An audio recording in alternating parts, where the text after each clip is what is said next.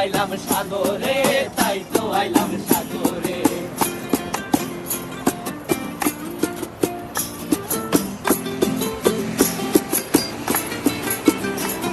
এই নীল জলেতে ভাষায় দেব মনের দুঃখ যত, আর জল দিয়া পূরণ করিব হাজার শুকনো ক্ষত।